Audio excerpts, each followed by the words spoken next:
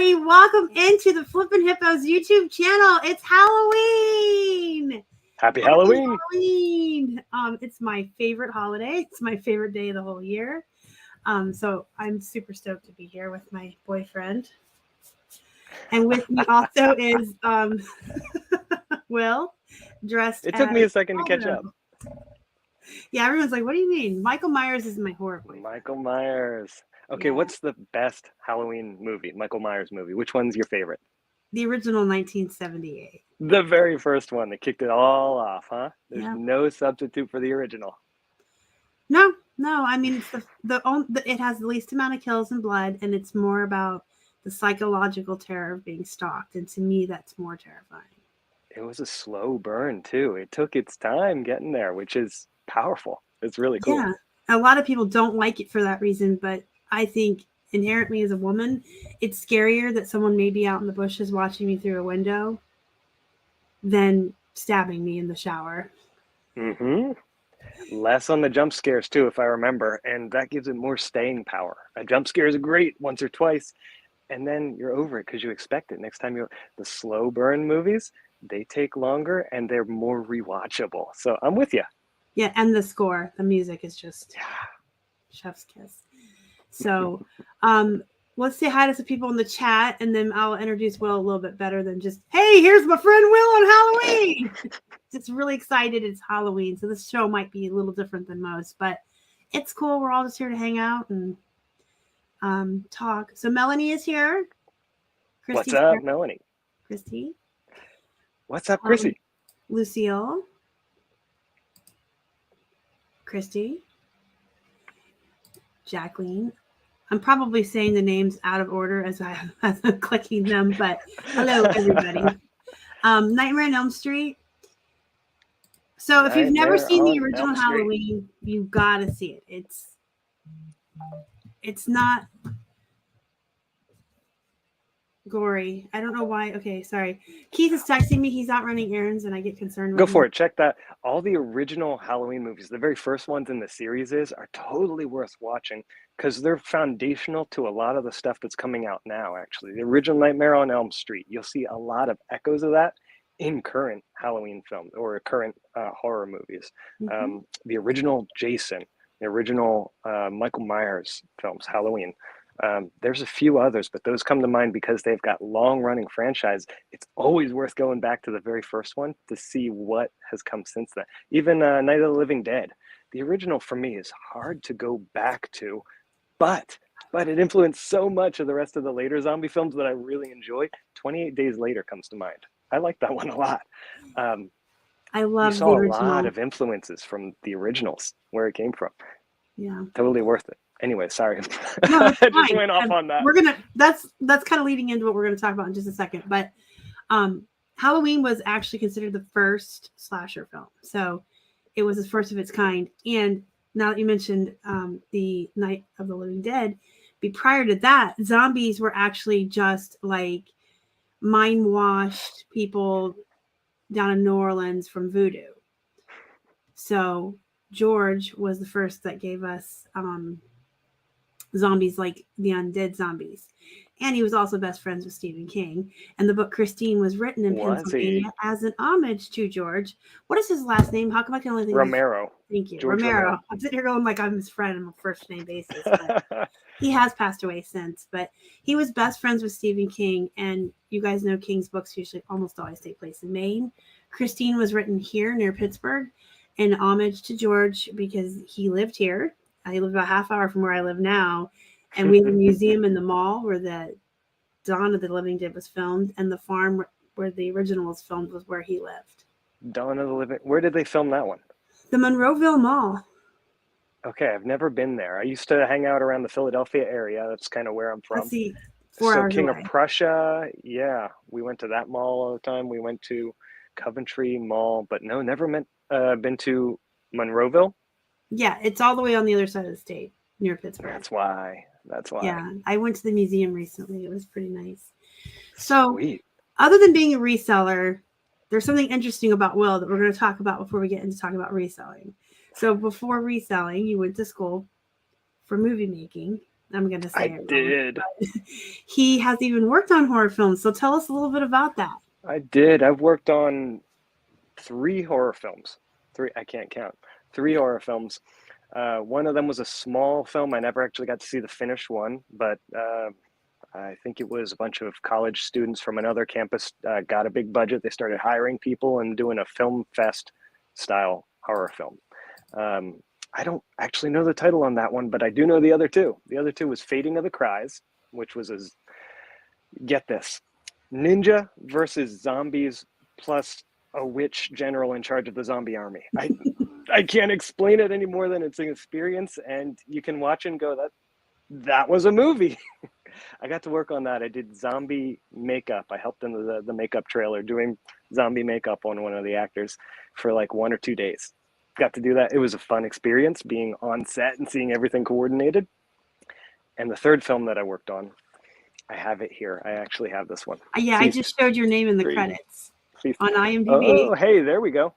This is the movie he's holding up, and that's under special effects. There we go. That's me. I'm on there. He's right there. I did some model making for this movie, and I'll just be honest, this is probably not a good movie for the majority of the people watching it. It's pretty obscene, and I had no idea what I was getting into. But if you want to see what I worked on, you've been warned. You can find it. Feast 3, The Happy Finish. I watched it one time, and that was more than enough for me. So I worked on a small model for it that was used in about 3/4 of a second of the film, where the protagonists find an underground buried.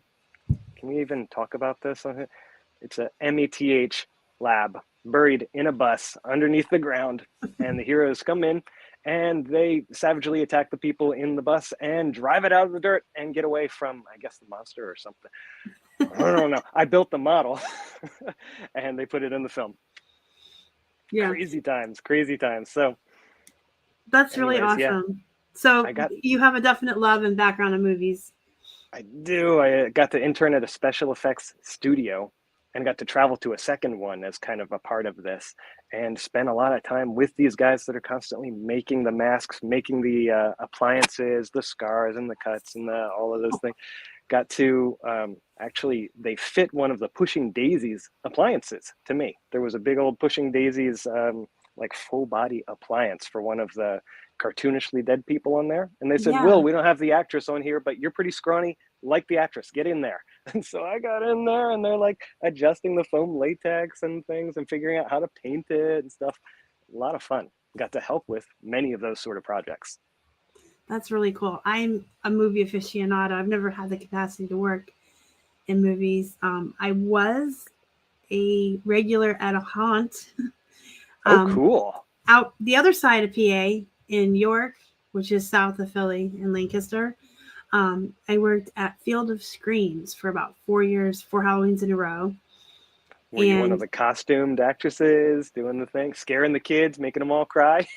Yeah, I was kind of the one where they put wherever they needed you, so I got to do a lot of different things. I was a witch. I was a zombie. One time I was in a dentist chair, just like bleeding everywhere and screaming at people. And oh my goodness. Really great 4 years of my life. I didn't have a voice from the end of September until like mid-November for 4 years. Because you scream all night and you're yelling. And yeah. Yeah, and I do a really, really good witch voice. With the hat, maybe with the nose and everything. Yeah, I had it all. And I hung upside down from a bridge and came down at like a hayride at one point. It was a lot of fun. I was in drama in high school and stuff, so I like to my goodness. perform. That sounds like you in your element. Yes. Do you think you'll keep on with any of that kind of thing? I ended up quitting because I had a baby. Mm-hmm. And I didn't really feel like breastfeeding while scaring people, hiding them under the cloak. I don't know if I'd ever do it again because my back is bad now since my injury. So, oh yeah, I get to live vicariously. I do a true crime listing party every week. I know you do. That's fun. So we both love movies. I don't know if I would watch Feast 3. He told me it was bad. I'm like, but some of the best horror movies are the best worst B-rated. But apparently there's a lot of poop in it too. Yeah, the thing about it is I love B movies. So best worst movie, Troll 2 is a great one. Jason X, hilariously bad horror movies, and some of them are a lot of fun. I wouldn't rank this among them. It's too obscene to be fun. Yeah. It's more just Gross. I don't know. It's gross. It's really gross. gross. That's why. There's a lot of other horror movies I would recommend because they're just so. What's another one? There's a Christian Slater film, Leprechaun. Leprechaun, definitely. Alone in the Dark. It's a Christian Slater one. Yes. I would recommend that. That's hilarious. I like hilariously bad sci-fi too. The Core is one I would put in there. Really enjoyably, laughably. Doesn't make any sense, but it's a lot of fun. Yeah, and Nightmare on Elm Street's always good because he's got the one-liners and he's all dad jokes and cheeseball. It doesn't take it seriously at all. It's just really fun. Oh yeah. Freddy versus Jason, that was fun. Freddy versus yes, it was. That was fun. It's been forever since I saw that. So I asked these questions on Friday the 13th to my guest I had on that day, and I asked him. I was on Coco's show Sunday, so I'm just going to give the facts. Jennifer Aniston's first movie was Leprechaun. Kevin Bacon's first movie was Friday the 13th.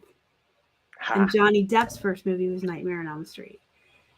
So that's three mega stars. Yeah, they're like household names, and they got their start in these cheese horror movies. It's what I love it. It's like one of my fun facts in life. Gotta start somewhere. I love all cheesy horror movies. Speaking of, what are your plans for tonight? I'm actually working. I'm working, so I'm going to wear this to my usual job.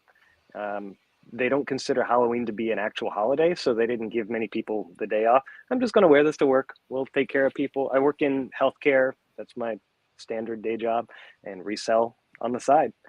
Growing the resale so that I can get out of my day job, but that hasn't happened yet. Yeah, so I'm sorry. I'm not a whole lot of fun on Halloween. No, you're fine. I was in the healthcare field too, and that's how I ended up getting hurt. We were in the process of building, but here we are. But for the people who are doing Halloween stuff tonight, trick-or-treating, I want to know in the chat, guys, tell me, is trick-or-treating only for adults, or is it also or is it only for kids, or is it also for adults? Is it for both? Or no, adults go to the parties and the kids do the trick-or-treating. You tell me. Yeah, tell us in the comments. So in one of my Stephen King Facebook groups I'm in, there's a member that gives out Stephen King books. So all year long, they go to like yard sales and the library sales and get Stephen King book paperbacks for like $1. They save them up all year and they give the kids the candy and they give each parent a book. I'm like, that is amazing. I'm like, where are you at? Cool. Although I already have all his books, but I think that's really neat. And then some places give out those little bottles of liquor to the adults if they want them. They don't trick or treat here. Oh, just not in your neighborhood? No, we had just moved back to Pittsburgh the 27th last year. And I was really excited and nobody showed up. We do live in a very rural dead end on top of a hill. So no one comes. So we're going to get pizza. We're going to watch Five Nights at Freddy's, which is streaming, guys. It's streaming on Peacock. Oh, is it? So you do not have to go to the theater if you want to see the new Five Nights at Freddy's with Matthew Lillard, who I love. He was in Scream, and he was also in 13 Ghosts, if you're not familiar with him. I remember 13 Ghosts. Yes. So we're going to watch Five Nights at Freddy's and eat Was he in the original or the remake? The remake. Okay. Yeah, that's he's my age. I didn't see the original. So we have parents who dress up here. I would give anyone candy. Unless I know something extremely bad about them that was true. That's what it would come in handy to be a minor. You changed the velocity of the candy. Oh, ouch! Oh, you give out books. I saw that on Instagram. That is so awesome. As a book nerd, that makes my heart feel good. We should always have start kids reading as early as possible. Mm-hmm. My mom did. I mean, she may have handed me Stephen King at the age of 10, but listen, I'm okay. I turned out okay. Speaking of books, I have a message for your wife from me, and Oh, I go wanted to for it. say it live because I want everyone to hear this. I mention it all the time. There's a free app you can get on your phone called Libby, and you sign up with your library card, and you can check out ebooks. And I don't know if Hannah reads ebooks, but She does now, actually. I recommended some books to her at FlipCon when we went to dinner. Mm-hmm. And she was messaging me this morning saying, I finally started the series. She's really enjoying it.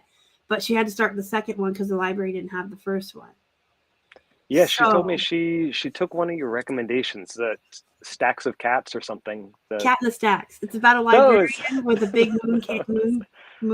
Maine Coon cat that Uh-huh. solves mysteries. See, But that sounds I'm like, exactly like her kind of thing. yeah. Mysteries, librarians, book. Yeah. Mm-hmm. So she said she couldn't find the first one. So I didn't know if she knew about that app or not because she can get all of them on there. I think you had told her about that, and I think that is what she uses, which is why she's now on the iPad all the time reading. What you reading over there? More books. More books. Hey, never can go wrong. I'm I know. rereading the True Blood or Sookie Stackhouse books. Uh-huh. Yeah. I'm Awesome. finally finishing the series and I'm like, I'll reread the books. I'm kind of at this age. I don't know if I'm just getting old and like mean, like get off my lawn, but I find that I'm happier revisiting things I know I love than trying new things. Nothing wrong with that. Old I'm favorites, right? I'm rereading old favorite series. I've been rereading Stephen King books. I've been rewatching the same horror Stephen movies. King and True Blood. Tell me other books that you're rereading. Whoa. Oh, what's happening? Where did that come from? I don't know, but I like it. That was exciting. Basically those I've been rereading some of Dean Koontz too. Oh, yeah. But I Actually, I might see a reread lot of Charlene those. Harris, the author of True Blood. I might reread all of her books. She's a good mystery writer. And they're clean. You know, that's what I was talking about with your wife. They're not sexy. That's a big plus for her. She Yeah. likes to keep it pretty PG. Yeah, me too. We got a bunch of comments. Do you mind if I address a couple comments? No. Chrissy is asking, do the boys go out for Halloween trick-or-treating? We don't. We don't really do a whole lot of candy ourselves. We try to find other things for the kids to enjoy. There's a trunk or treat with our, I think it's the preschool does trunk or treat, but it might be like a mom's group or something. We sometimes do that. We limit the boys' candy on that. And we try to find opportunities for them to wear their costumes around. Like we went to a Halloween parade and they all got to dress up for that and wave at everybody and get told by the people in the parade, oh, your costume's so cute. And they love that. But no, the actual trick-or-treating, we don't really do that so much. Something about not knowing our neighbors all that well. We just kind of stick to ourselves. We don't even, I'm working, so I'm not even giving out candy today. Yeah.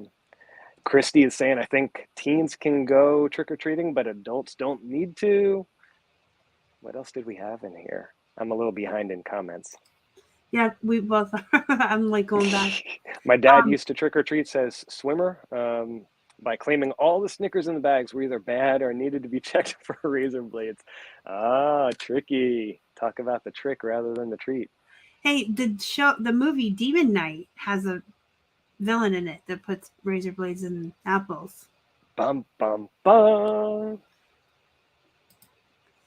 I already addressed Dean Koontz is more psychological. Oh, yeah. He uses a lot of big words, though. He sounds pretentious to me. Sometimes I get over Koontz. Like, King is just there to tell a good story. And he'll use big words, but sometimes I feel like Koontz is there less to tell you the story than to show you all his college words.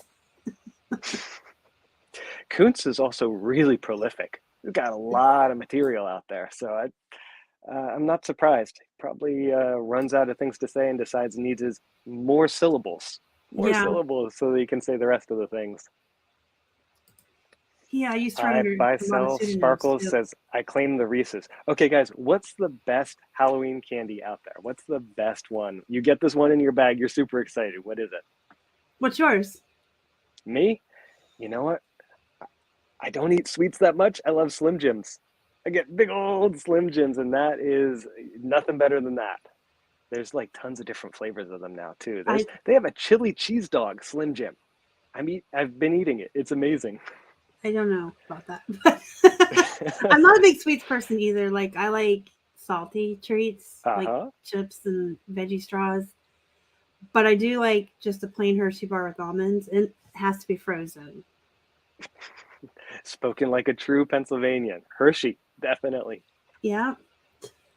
Um. We got a couple votes. Milky Way Midnight. Ooh, good choice. The dark chocolate. Yes. Reese's. Uh-huh.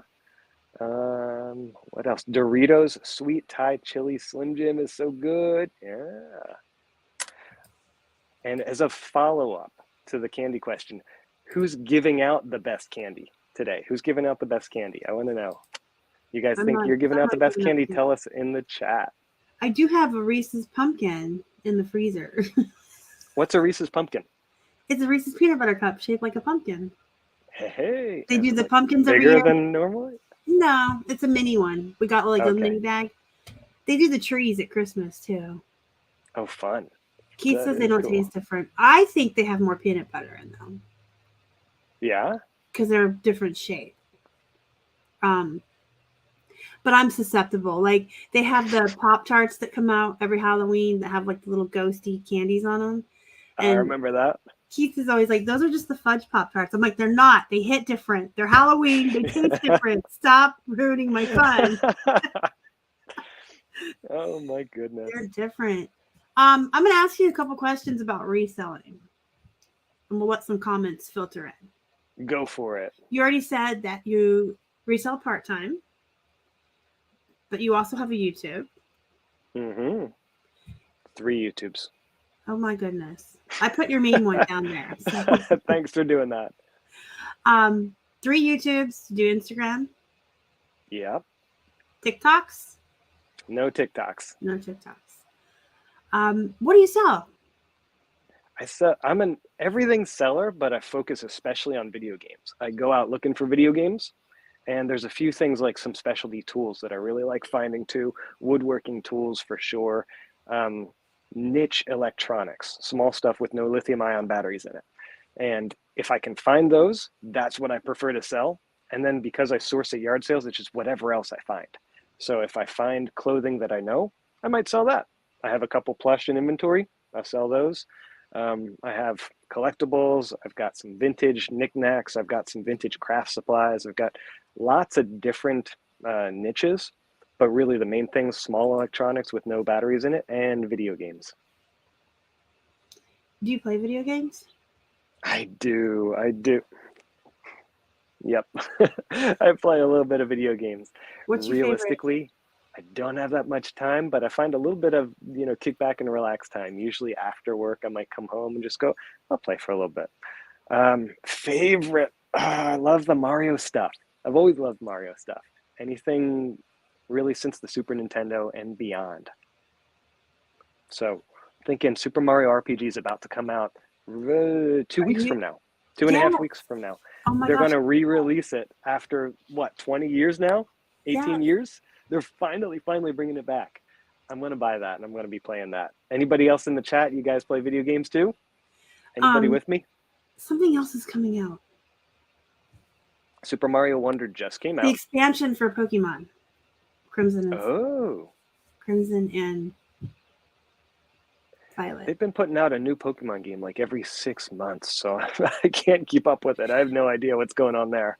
Yeah, Keith and I usually get both and play on our Switches, and then we can trade. I like Pokemon, but I'm a girl. I think I like World of Warcraft, and the way Keith got me to start playing that was to tell me you can get little pets. I'm like, I can have little pets in World of Warcraft. That was it. That almost sounds more like a Animal Crossing sort of thing that you don't want to be into. I didn't like Animal Crossing though. You didn't? Oh goodness! I tried Swing and a miss. I would have imagined that'd be something for you. I thought so too. My Switch even has the little raccoons on it. That one right here. Yes, that's mine. My Switch is that one. Because I thought, oh, it's so cute. I'm gonna love them. Tom Nook. Christy So, plays Diablo and Hogwarts. oh, the Melanie, new Hogwarts was so good. The one that came out last February. That's a uh-huh. question to Christy. I Buy Sell Sparkles says they play gambling slots online. Sure. There's a lot of dopamine wrapped up in that, isn't there? And video. Sorry, I'm reading a comment. Oh, Video games yeah, or gambling? in online slots. Yes. Online slots and gambling stuff. Thank you, Melanie. I wanted to say thank you. Replay Hogwarts as another house sometime soon. Sweet. All right. Way to go, Christy. I haven't played Hogwarts. It's I haven't. I know really that. good. Mm. And the new Baldur's Gate 3 was chef's kiss, man, because it's a couch co-op. So it's something Keith and I could do together. Yeah. And you can replay with so many different storylines. Like he's replayed on his own 4 times and he hasn't seen everything. I It's a love games lot of material in those and big, vampires. expansive RPGs. Yeah.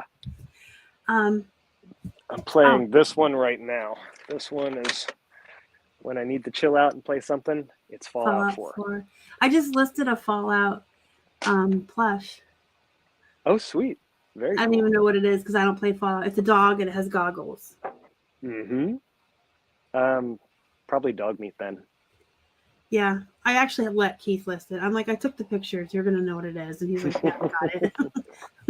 You know, I surf the bargain bin for a lot of my video games, and so I'll pick up something that was really hot 5 years ago, but now everybody's bought it. The sales have tanked on it, and like GameStop, that dropped the price down to $5 or $10, or get it at a yard sale, you know, in this big old lot, and I want to sell 20 of the games, and I want to keep 2 of them. That's usually how I end up picking up the games that I'll play next. I've got a stack. Let me see if I can bring some of these up. I got a stack of PS4 games down here. There's probably 30 or 40 games, and I've just picked them up at yard sales little by little by little. $2, $3, $4 a piece. It's going to keep me entertained for, that's probably 3 years worth of games down there at least. Yeah, and when you're done playing, you can sell it. Mm-hmm. And I'll get my original investment back and maybe make a profit. But shoot, practically free entertainment at that point. Yeah, that's the best part about being a reseller. We're getting ready to clean out our closet next week. And I'm like, well, there's some shoes I bought to wear with a costume at Remix or whatever. I only wore them one time. I'm like, you know what? Why hang on to stuff that's taking up room? I'm a reseller. So I'm going to clean my closet out. Even my old t-shirts, I got most of them for like 99 cents, right, at the thrift store. Mm-hmm. And some of them I wore once, didn't like the fit or didn't like the feel. I'm like, I can sell them for $12. Easy. Make my dollar back. But I like to get things and then use them for a little while and then sell them. Sure. It's the best part of being a reseller, especially if you're a video game player or you're a book reader. I pick up a lot of books and read them and then sell them. Oh, yeah. Yeah, media is great that way because the difference between something that's been used once and something that's been used 10 times, you can't tell the difference. It's used. Simple. Yeah. You bought it used, you used it, and it's still used, and it's worth the same amount. Where's Will? Where's Will? Hey, Tom, how's it going? I already sold my Reebok from FlipCon 80s night. I have my whole costume sitting in the closet ready to go. I should have listed it for Halloween, you know, but it is what it is. I'm also going to be selling. I was going to sell mine, but it got kind of attached to it. The really, really bad shorts. Yes. I couldn't bring myself to sell those after the fact. Oh my goodness. Have you guys seen that? Put mine in the closet. No, do you want to share? Do you have a picture? I don't have a picture of it. I'm afraid I don't. You can find it. It's definitely on my Instagram. Bad purple and turquoise shorts and a true 1980s Mario t-shirt. Woohoo! I had a wig that I was going to bring. It was a mullet wig, but the thing was so crazy scratchy. I couldn't wear the wig. I couldn't. I swear you and I got a picture. See me, I keep looking over here because I have to stream on my phone. I'm sorry, it's not my usual. And the computer's running the comments over here. So if I'm ignoring the camera, that's because I'm looking at the chat. So while I dig through my pictures to see if I have one of you, tell us your process for listing and taking photos. Ooh, okay. This is good because I think my process is probably a little different from a lot of people's processes.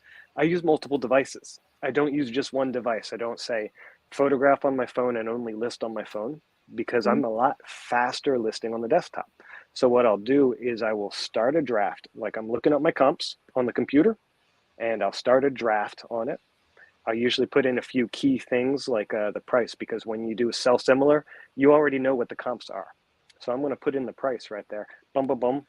I save the draft and I'll do a bunch of those in a row. Then I grab the items that I want to list. I throw them all on my photo table over there and I snap all the photos into the camera, not into the listing, because eBay is a little weird the way that they run the camera.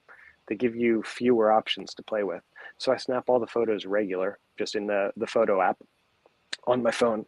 And then I go into the eBay app and I add them one by one into the listings while I go back to my computer and I continue to work on the listings where the photos are uploaded. I'll finish those up while the next photos are loading. And so I'll have two drafts running at the same time. And I'm step laddering my way from one draft to the next, to the next, to the next, listing them as I go. That way I'm not waiting for the photos to upload in the phone. I'm not sitting and having any downtime. I've always got two things running at the same time. And I can list pretty quickly that way, especially if a lot of the sell similar specifics are correct already and I didn't have to adjust too many of them. Boom, boom, boom, description, any flaws, photos are already in by the time I'm done on the next draft on the computer, and I move on to the next one. That's my usual listing process, and then everything goes into a bin. My bins are letter bins, A, B, C, D, and then I didn't think too far beyond that, and so now I'm at ZA, ZB, ZC, ZD, so that it all stays in order. If I would have thought a little further ahead, it would have worked better. Daily Refinement recommends not doing bin numbers, and he's, when you get to the point where you run out of letter bins, you're beyond 24 bins, he's got a really good point. You don't do a bin letter, you only do item numbers, and you keep all your items in a row. Now I list a bunch of different shaped things. There's little things, there's big things, there's all kinds of stuff. So I wouldn't be able to keep all my stuff in one continuous line from beginning to end of my inventory.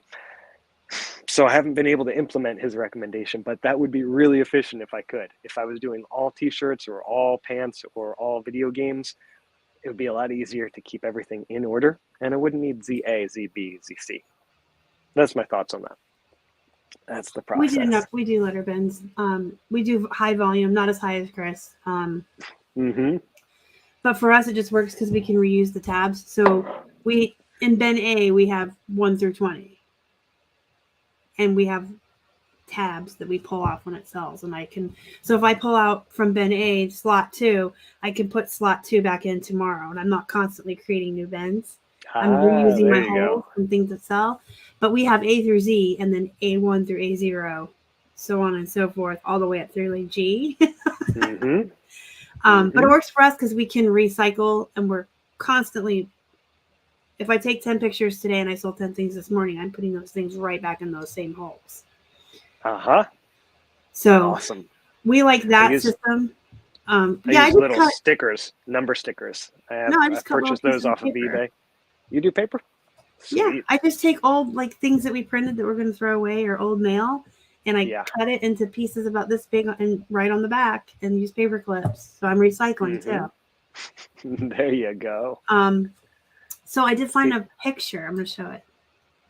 I didn't have one of us together on my computer. I think it's in my phone, but I found one of you and your wife. So there's us. Look how cute they were. She had on the Ghostbuster shirt, and his shorts are terrible. Those were horrendous shorts. True 1980s. Same with the shirt. And her denim jacket. So 80s. That was a fun night. I searched eBay for some of the worst shorts I could find that would fit me, and that was it. That was a good night. We had fun. It was really enjoyable. With Harry Tornado doing lots of karaoke, and then you got up there too, and you were singing your heart out. Coco was up there. I think she brought Chewy up a little bit too, right? Yeah. And eventually somebody convinced my wife to go up and sing too. Rachel was there. Tom was saying he sold 500 pieces of media, 500 DVDs in the last 3 months. That's incredible. That's amazing. Great sell-through. No clothing for me. No, I know Clothing buys Tom. my food and pays my bills. So Oh yeah. Now we Tom do. has amazing listing practice where you were doing, I'm trying to remember, like 50 a day, something like that. Tom, clue us in. I forget exactly what you said, but you were doing a lot. It was impressive. When we're in growth mode, we do 40 to 50 a day. Yeah. With 2 people, to be fair. Mm-hmm. And we always have a bank. So my system's completely different than yours. I buy a lot of wholesale. So I sit down with a big box of like 200 plush for 4 hours, several days a week, and just take pictures. Just hundreds of pictures. I take them right and list perfectly, so each one's a separate listing in the list perfectly catalog. Then Keith goes in there, builds the listing, and then he can push it out to all our platforms. Cool. So we always have like 200 ready to go and like 200 extra things photographed. But we work that way because we do volume and we do all the same things and we buy a ton of wholesale. So it makes more sense for me to bring, if I can show you. I have really bad depth perception, but I'm going to try. That's okay. See all those animals in those boxes? Yeah. So I bring those up and just work from those for a couple hours. So wholesale plush. And jeans. Most of my plush comes from just making connections, guys. I'm always telling you about the importance of networking. I just bought one of my friends I met at FlipCon. I bought out all her plush. She wanted to get out of the plush game. I met someone at eBay Open in Philly who sent me all her vintage plush for free. She just wanted a shipping label. I'm buying somebody's Build-A-Bear's clothing. So cute. She wants rid of it all. She's like, I'm going to list it for 60 or I'll give it to you for 50 because I know you. This is why it's important to network. So if you guys ever want to get out of the video games, you know who to contact, me or Will. Totally. Yeah, Keith does do a lot of video games. I don't really mess with him. He does. He's big in the volume on that. He'll drive like an hour to go pick up a Facebook Marketplace video game deal. I'm a little bit more, I prefer not to drive nearly as far, so I stick close by, but I find enough nearby. Thank you, Christy. I appreciate that. Where do I buy wholesale from? So from a lot of places. I get my plush from American Thrift Supply. I don't mind sharing my sources. Some of them I hold in my heart. I will never tell anybody where we get our remotes. So we do buy wholesale remotes. We pay 25 cents a pound. Wow. 20 cents to one of our people. Wow. And we get the big Gaylords. So they come out to like 2 cents a remote. Which is why Incredible. You'll see us list $7 remotes because we get a couple in that lot that are $80 a piece. Mm-hmm. You know, and then a bunch that are in the 20. It works out. Volume. It's the volume game, but American Thrift Supply sells Gaylords of plush. Relatively inexpensively. And you can sign up for a text message from them every Friday. They'll remind you. We just dropped more. Come get them. Goodwill Blue Box does denim and plush. And I do thread up denim boxes. And I also I have a lot of supply, like people that I just buy from. A lot of people come to me when they're ready to get rid of the plush, and I just buy them. And I actually have a plush, I call her my plush dealer. So she's someone that in another state goes to the bins and sources plush for me. And I pay her double what she pays at the bins for her time. All right. So I gave her my plush guide. Talk and about I a taught win-win. her how to source. Yeah, I taught her how to source plush the way I source and gave her my plush guide so she knew what I look for. And she likes to look for them and play with them and thinks they're cute. She just doesn't want to sell them. So yeah, it's a win-win. So I pay her to do that for me. That works for a lot of people though. And Will, you might want to consider making some friends like that because I have a friend that does pay people to go to yard sales in other states and send them the video games they find. Oh, fun. Yeah. For me, I kind of like the treasure hunt right now. I don't have an inventory sourcing problem. I've been able to get everything that I need. And I'm actually trying to reduce my inventory right now. I'm down from 12 or 1,400 all the way down to today, 723 listings. I want to get down to 500. and start adding in wholesale brand deals. So like buying directly from the manufacturer or distributor, getting into that and leveling up that way. I'll still probably always yard sale. I don't think I can quit yard selling. It's kind of you get bit by the bug and you never stop, right? But I want to add. I hate yard selling. I hate thrifting. What? What? I'm the worst reseller in the Oh my world. Like, goodness. if I could literally just sit in my house and have everything just show up at my door all the time, I'd be happy. Groceries, everything. I don't ever want to leave. Except once a year. I'll speak for myself on that one then. I see a yard sale while I'm driving and I go, hey, let's stop it. And my wife's like, come on, we got places to go. No, yard sale, guys.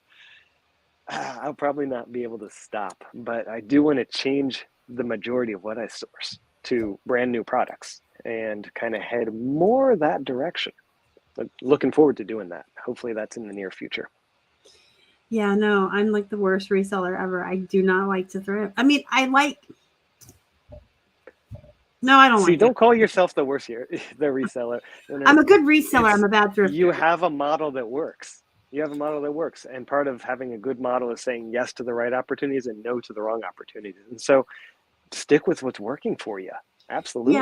Yeah. I mean, I'm like, if I could live in the woods, like miles away from everybody else in the world and just have my groceries and my inventory delivered to me and only interact with people in this box. We were talking about that before we came on. All our friends are online. We see them on the computer. Pretty much. My kids have lots of friends nearby. My wife has a bunch of friends in here. I have a lot of friends online. Yeah, and that's because we're resellers, I think, because we meet people at events, because YouTube. If we count all the work on YouTube, all the work on reselling, all the work on day job, I'm working like 70 hours a week altogether. I mean, at least. So that would explain why. Find time with people online when I can. And you know what? That's okay right now. That's the place I'm in. Yeah. There have been busy times locally, and now there's busy times online. I'm okay with it. You got to do what you got to do. I mean, not everyone's a social creature. Not everyone's whatever makes you happy is what's correct for you. I always talk about that on this channel.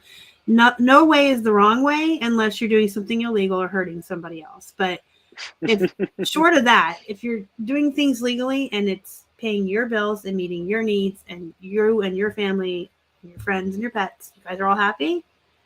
If it looks completely different than what I do or what Will does, it's not wrong because it's what works for you. It's what you need to do. I talk about that all the time because so many of us compare ourselves to others. You know, and I jokingly say I'm the worst reseller, but I don't think I am because that's what works for me. If I had to go out thrifting and yard selling, I'd be miserable. That would be the wrong choice. So you have, Coco's here.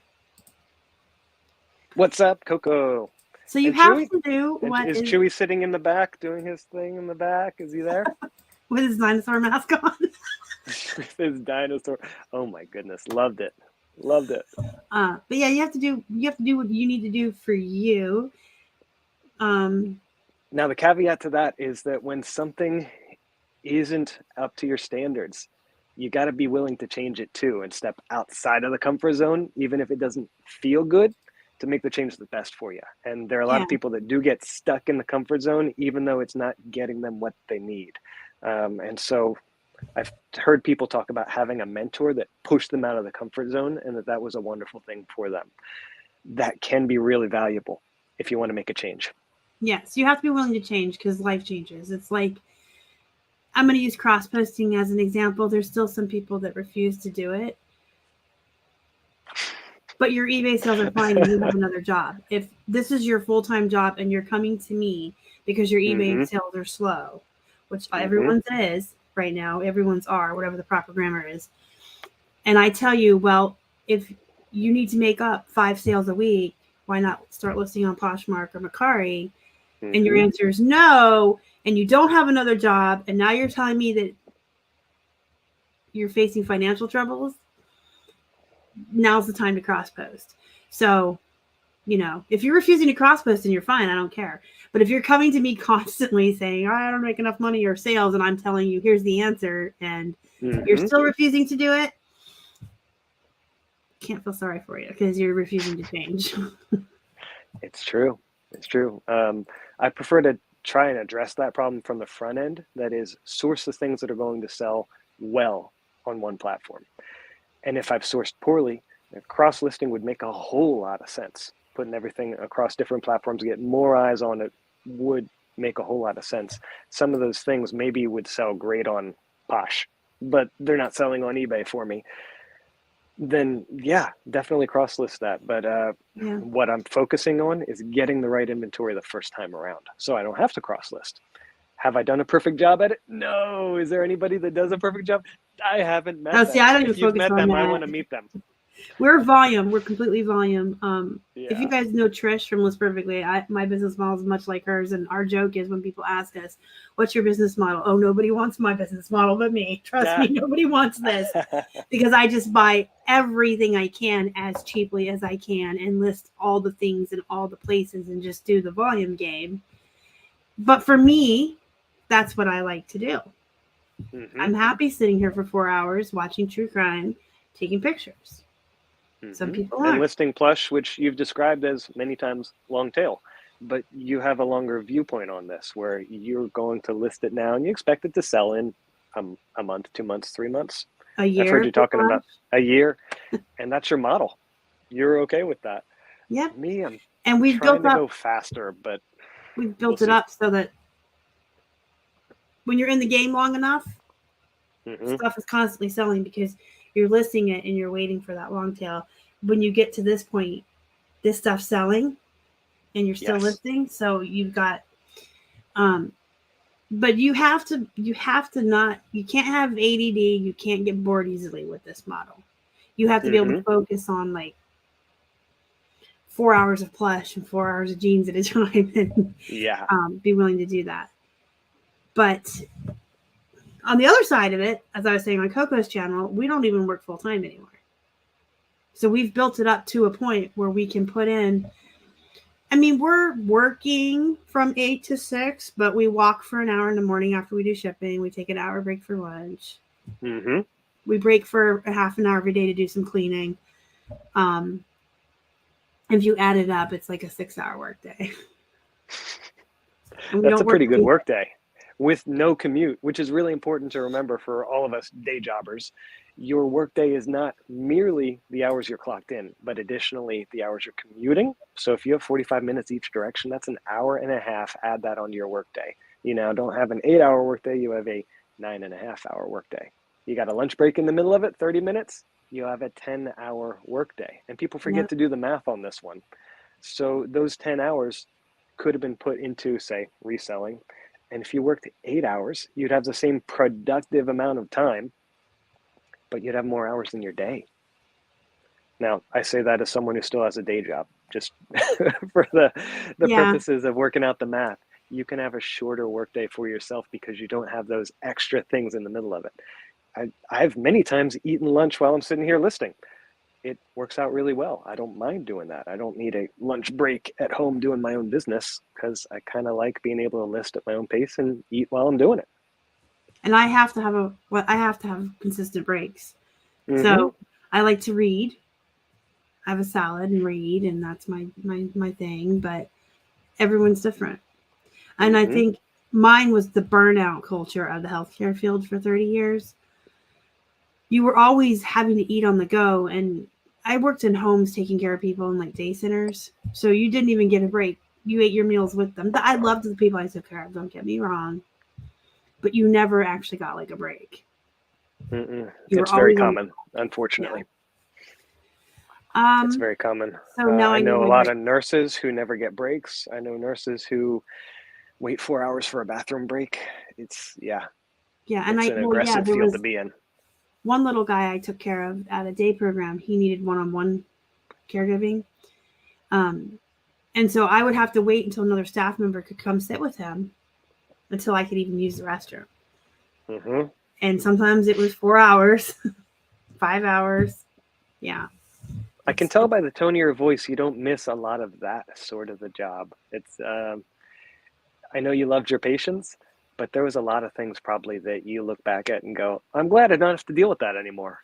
Oh, absolutely. Absolutely. And what really burned me at the end was I gave so much to them.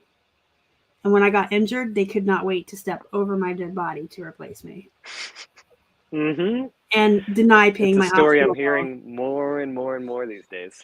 Yeah, I had to take them to court just to get them to pay for work-related hospital bills. Like, I didn't even want a settlement. I didn't even want money. I just want you guys to pay the physical therapy in the hospital. They did, but they drug it out for 4 years and really fought. So I think that's where my saltiness comes from. I'm like, come on. And then they replaced me, and I'm like, I used to work 100 hours a week for you people. Yeah. So, yep, and put off breaks and all of that. Absolutely. yeah. There's so much to like about owning your own business and operating it the way that you want to. There really is. We like our freedom. We don't really like thrifting so much, or a lot of the other things other resellers like, but for Keith and I, it's the freedom. It's waking up when you want. Like you said, no commute. My commute's across the hall. I can take a break and walk for an hour every morning after shipping if I want. No one's going to tell me no. I go pee when I want. I get drinks when I want. It's the freedom. That play with the hamster when you need a break. Yes, absolutely. I sing to her. I share my salad with her at lunch. Okay. What songs does your hamster like? I make songs up for her. You make up songs for the hamster? Yeah. Did you know that Ahsoka is a ham? She's small and black with a stripe down her back. Did you know that Ahsoka is a ham? Oh man, where's Hannah? Musical hour. And then I just make up to other tunes like Ahsoka, Ahsoka, Ahsoka, you are a small black ham. I tell her about herself, but to songs. That's too fun. Yeah, Keith is like, I think everyone knows she's a ham and she's black with a stripe. Like, she needs to be told every day that she has pink feet. Maybe she forgets. She needs a reminder. She thinks she's human. But no, I just make up songs for her. But we got some comments here. Yeah, did you finish season 4? Did you finish? I did. I'm already halfway through 5. The size of my inventory currently listed. Give me a second. It's easier for me to look on this perfectly.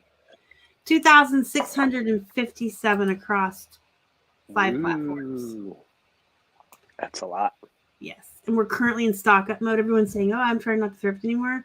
We live somewhere cold. So take our normal reclusiveness and not wanting to go thrifting and being hesitant to go outside and multiply that by 1,000,000 when it's a -20 and snowing.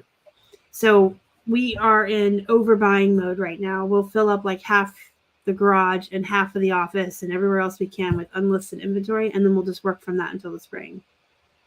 There you go. So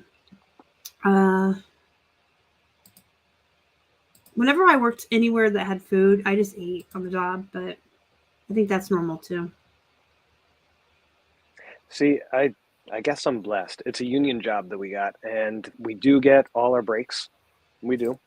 And like, they're pretty strict about actually making sure they adhere to the agreements, the employee contracts and such. So if we're allowed certain things, such as 15-minute breaks, we get our 15-minute breaks. We do. Well, my last job was a union. That's not the case everywhere I've been. No, There's a lot of places I've been where they were very, they encouraged you not to take your breaks. But not this one. This one's actually, they're treating us fairly good. We just got off a strike. I don't know if anybody's followed that. I put a little bit on my Instagram. The whole entire union went on strike, and I was on strike with them. Literally sitting on the strike line.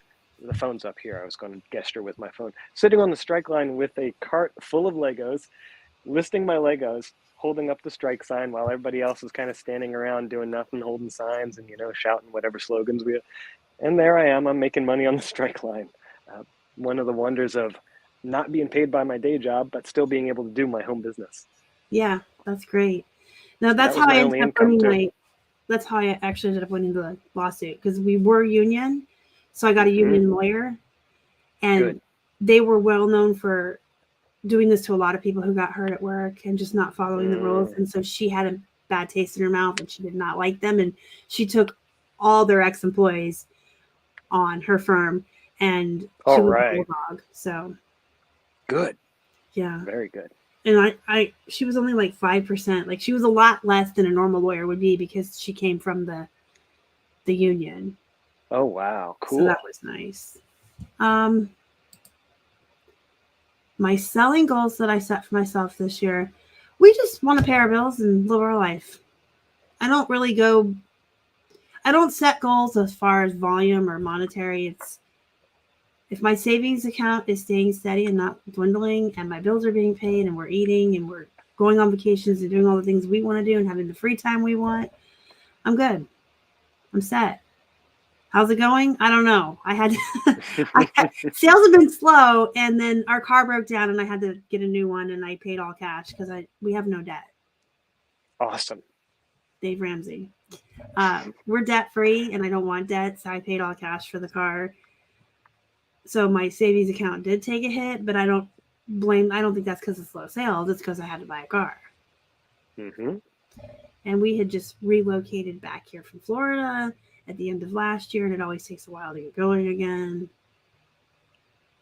I mean, sales aren't where I would like them to be, but are anybody's right now? The economy. I don't know. It always seems to be up and down. It's a roller coaster. I had a terrible week last week. Last week was absolutely awful for sales. I had 3.5 days where nothing went out the door, and that's incredibly unusual for me. But then it all caught up on the weekend, and things started flying out the door. I don't know. It always seems to kind of be up and down. So are sales where people want them to be? I think that answer changes for a lot of people depending on the week. Yeah. Day to day even.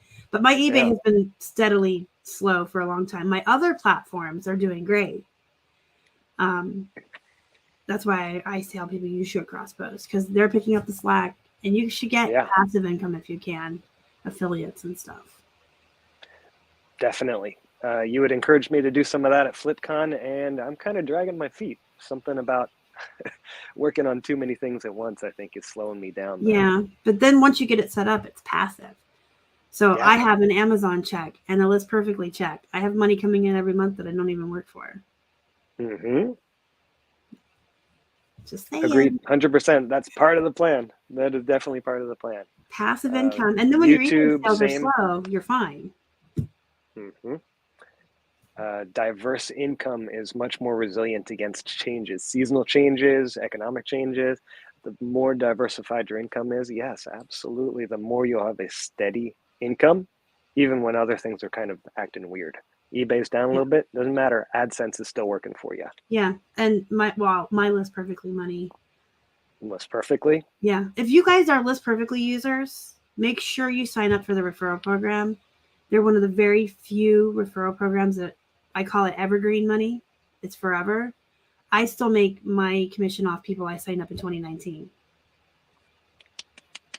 So make sure you sign up and become a referral. Even if you only sign up 3 people, that's 20% of their $50 a month you're going to get every month for 10 years or whatever it comes out to be. Does that make sense?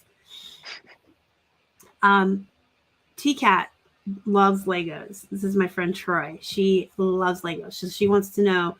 His main niche is video games. I think you came in a little late. It's video games especially. But with Legos, what I do is I go to the yard sales, and if I see a Lego, I ask, hey, are you a collector? And sometimes they'll say yes, or other times, in this case, just recently, the guy said, no, I inherited my father's estate, and he was an eBay seller, and he kind of collected a lot of Lego. And I said, well, I buy collections. I buy video game collections. I buy Lego collections. I buy whatever else, and I sell to a lot of collectors. That's kind of a key part of that when you're negotiating with people. You want to create a spark in their brain that says, oh, he works with collectors. He sells to collectors. This isn't just going to be someone who buys the stuff and rips it all open and throws it all into a bin. No. They want to know it's going to go to people that like the stuff. So I worked with this guy, and I said, yes, I buy collections, and I sell to a lot of collectors. I use eBay, I use Amazon, I use all these different things to find the people who are going to love this stuff. And they said to me, We don't have it all out at the yard sale right now. We haven't gone through it. The daughter's going to go check this out, and then our other kid's going to go check this out, and they'll take the things they want out of it, and then whatever's left, we're selling.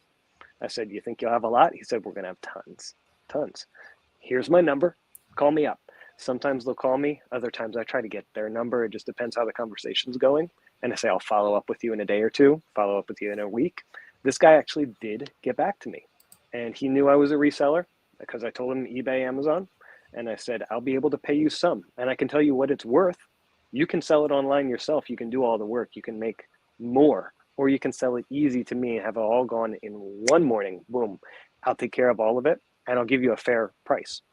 This guy wanted it gone in a morning, and I gave him a fair price. I told him what it was worth, a couple $100, and I said, here's what I can pay. Made a deal with him on the spot, and I picked up a bunch of Lego. Some of it brand new in box, other of it bulk. I just bag it up in 1 pound bags, sell it off in bulk. Oh, I like Legos too. I'm a kid. Yeah. I'm a child. I'm like at heart, a little kid at heart. Mm-hmm. When I buy Legos, I'm like, oh, well, I just have to put this together to make sure that all the pieces for the Millennium Falcon are here. I have to. Mm-hmm. Mm-hmm. I have and to if you're enjoying it, that's a great thing to do. My kids do a lot of that for me. They want to build the sets, and I'll tell them, this is probably incomplete. You still want to build it? Yeah, we'll do it. So they build it anyway. Hand them the instructions, let them go to town. And we get a lot more for an incomplete set than we would have for a bag of bulk Lego. Yes. We do. Sometimes 3 times as much. Yes. The putting them together is the fun part. I'm just going to point out Mary real quick. Mary is another friend of mine that went through Dave Ramsey, and she actually went to see him and got to do that "We're Debt-Free" scream on the Dave Ramsey show. And she shouted me out. She thanked Flippin' Hippos while she was there, because I do talk about him on this channel and recommend him. So super cool. It is great that he taught me how to be debt-free. He taught me how to have that cushion in the savings account and all that. And Mary is also debt-free. It's a good feeling. Way to go. We're working on it. We got the emergency fund. We got that all figured out. We got almost all of our debt except our house knocked out. And once we get our house knocked out, that'll be debt free. We do not carry a credit card balance. That's a big no-no for us. No auto debt, no credit card balance. Those are huge. Every single month we pay off the credit card. We pay them every week. We pay them every week. Mm-hmm. So we don't use debit cards to pay for anything. I have 3 different cards. So one's 3% groceries, one's 3% eating out, one's 3% online.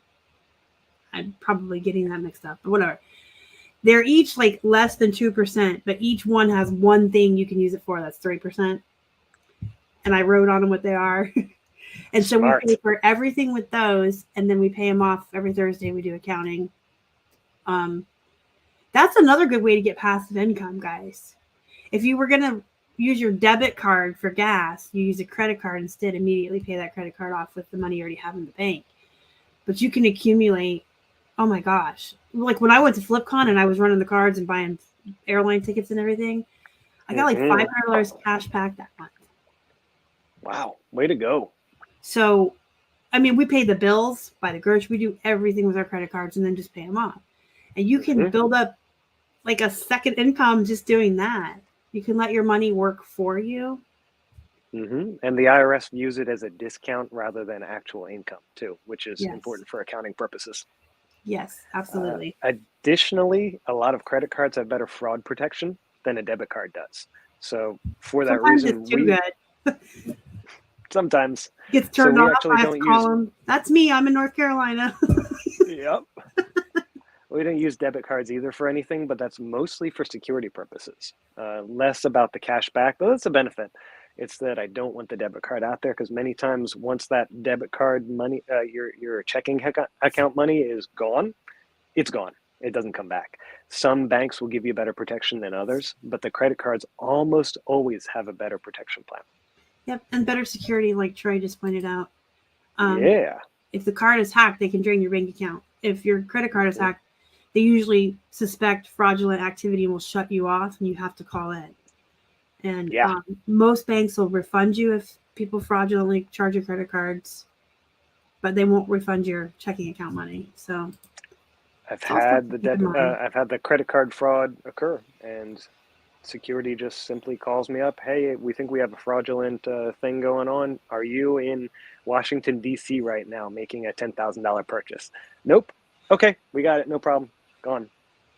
Mine, Bank of America is really, like I said, sometimes they're too good. I made a Walmart order and it got canceled. And so I made a second one to be delivered here.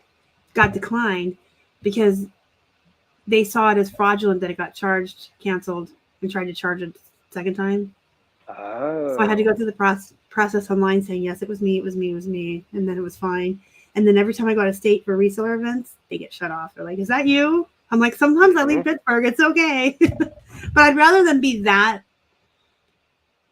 strict or whatever the word is than not care at all, I guess, right? Totally. This is maybe just worth adding in here, but I don't want to get too far down a rabbit trail, but I was watching a video of a professional scammer on YouTube who got interviewed. I guess they kind of protected her identity, but they were saying, we're just going to follow her, watch her scam people on the phone, and show you guys how it's done so that you can learn not to get scammed, right? Interesting. Anyway, Vice does that sort of thing all the time. So she picked up the phone and she started calling up people saying, hi, yeah, this is your bank, fraud protection. Just do me a favor, verify some information first. I need your last four of your account number. Okay, I need the last four of your social. Okay, I need your address. Okay, we have some fraudulent charges on your account. I'm going to take care of them. Thank you very much. Bye. Like that. Fraud protection usually will not ask you for your identifying information. But she just calls up people and says, hi, I'm with fraud protection. And immediately everybody gives her everything she wants. So use caution. If someone calls you and says, hi, I'm with your bank, maybe, if they're asking for your personally identifying information, be very, very skeptical. All right, we're just over the hour mark. So I'm going to ask you the very last few questions. I ask everyone. All right. Yeah. Sorry for that. I know that. No, it's fine. I mean, let me, before we move forward, let me tell everyone I'm not an accountant or an analyst or anything. So my advice is just personal experience. Put that in there as a disclaimer. And I did follow Dave Ramsey to be where I'm at. So he is an expert. Go listen to him. Right. So this is the funnest question I get to ask people. And I ask everyone. How do you feel about it, or what do you think when people tell us resellers that we steal from the poor and we're horrible scammers and bad people with scum? Okay, where are they telling us this? First, because that's really important. I have heard resellers that have just been told in comments on YouTube and Instagram, but I've had resellers that I know get told it to, including myself, to our faces in the thrift store. To your faces in the thrift store. Okay. That's a whole different animal, because online is where I see it all the time. All the time. Almost everybody that I meet in person is very pleasant and even willing to help as a reseller. I say, hey, I have a store on eBay and Amazon. Oh, okay. Well, here we have some stuff we're selling over here. People have been super chill. On the other hand, online, people get really nasty about it. And there's two things for me that's really worth noting. One is that the people that have been criticizing me, I'll go and I'll investigate their channels. You're a horrible person. Your videos are awful. You shouldn't even make this kind of stuff. So I'll go and I'll check out their videos and I'll check out their channel content. They make next to nothing. They make really terrible videos, and the things that they're saying aren't worth listening to on their channels. So my willingness to take their advice is very, very low based on the research I'm doing about these people. Second thing about it is that some people need a bad guy. Some people need a bad guy, and resellers right now are a very easy bad guy. There's a TikTok trend where everybody's bagging on resellers right now. They're an easy target. But it seems to me very much like, say, the meat industry. Right now, you go, oh, I love a good steak. Steak would be amazing. But then you go to the slaughterhouse and you see how the steak is made. Oh, it's terrible. Oh, nobody should be killing the cow. But you want your steak, don't you? These same people that are going and bagging on resellers are going right on Amazon, buying from resellers all day long. They want the steak, but they don't want the cows to be killed. You can't have it both ways. It's one way or the other. So what would I say to these people? Not a whole lot. You want to buy something? I like your analogy with the cows. Exactly. Exactly. You like the end result, but not the process. Yeah. My You answer need is the just process. I'm a personal shopper. Hmm. I find clothing for people in California that can't find it for themselves, and I keep stuff out of the landfill. Sure. And those are all things usually people are going to be excited about, right? Yeah, usually. I think a Usually. lot of people, it's jealousy, honestly, too. They see that we have this freedom working from home. They don't.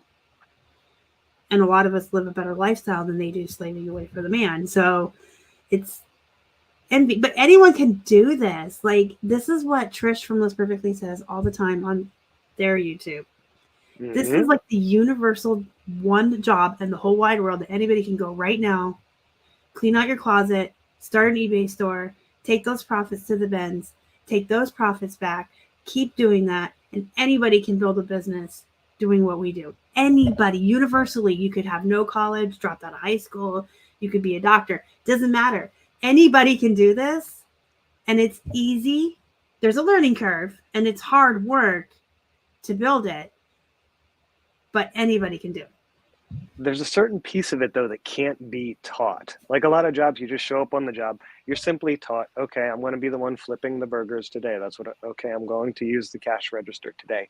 Okay, I'm going to learn to drive this forklift today because it's being handed right to me and I'm taught to do it, and then I do it. And that's all I do.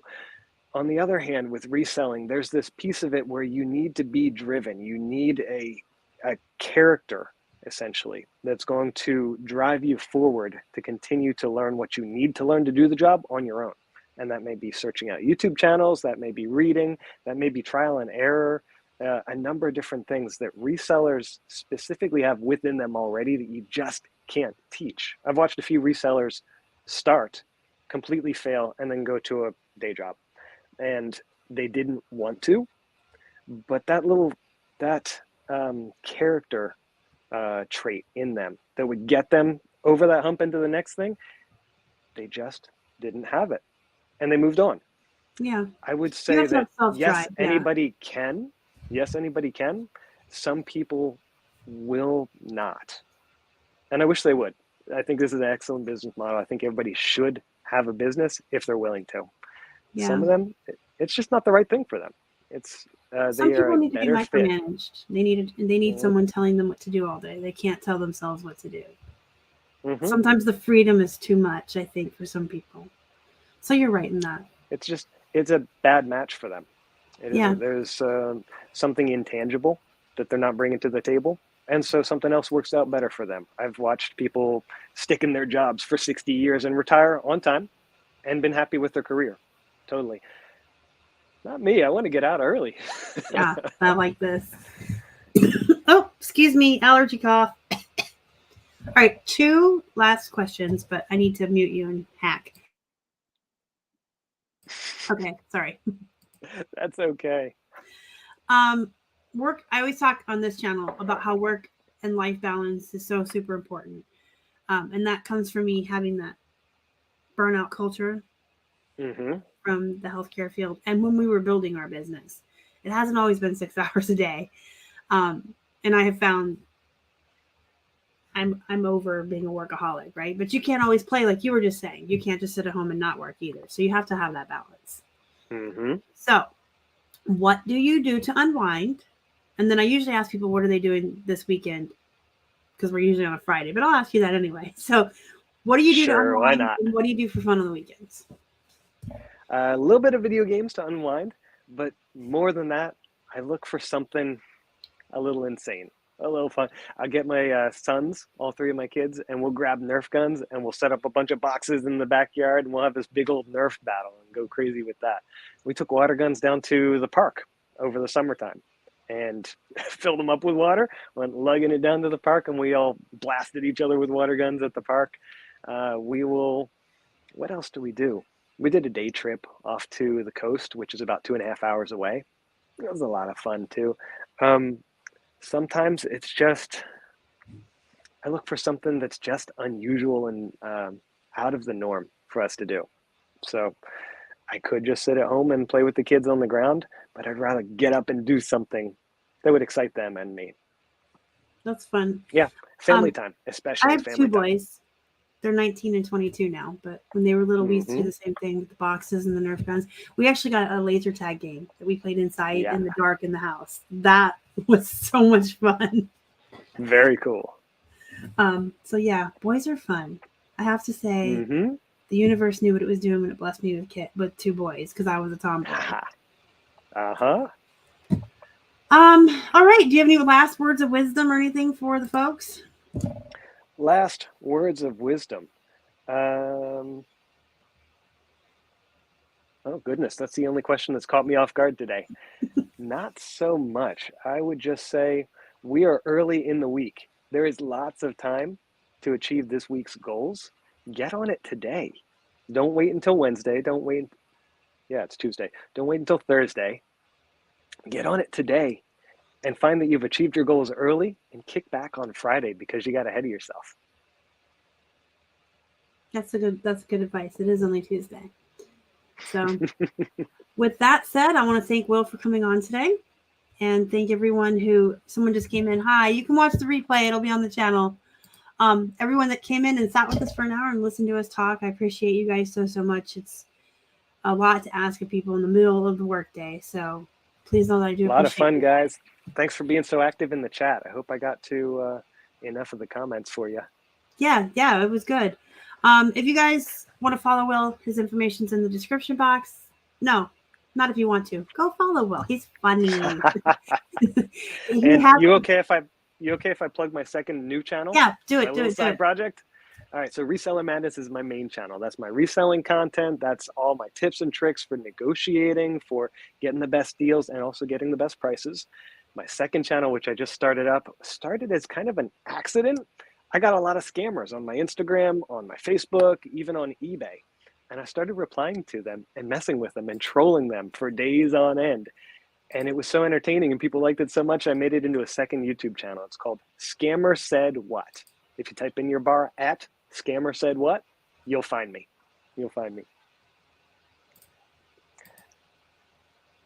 Oh, she's searching for it. Awesome. You hear my little clicks? I hear it. Awesome. Yeah. Hey, guys. Thank you so much for being here. I really appreciate y'all in the chat. This was fun. And Star, thank you so much. Love getting to know you at FlipCon. And I'm thrilled we got to do this. Anytime you need another guest, I'm around. Yep. So thank you to everyone in the chat. Thank you, Will. And again, you guys, he has a movie background. He's really great at making videos. He's entertaining. He's fun. We had a lot of fun at FlipCon. This was fun. So thanks to Will. Thanks to all you guys.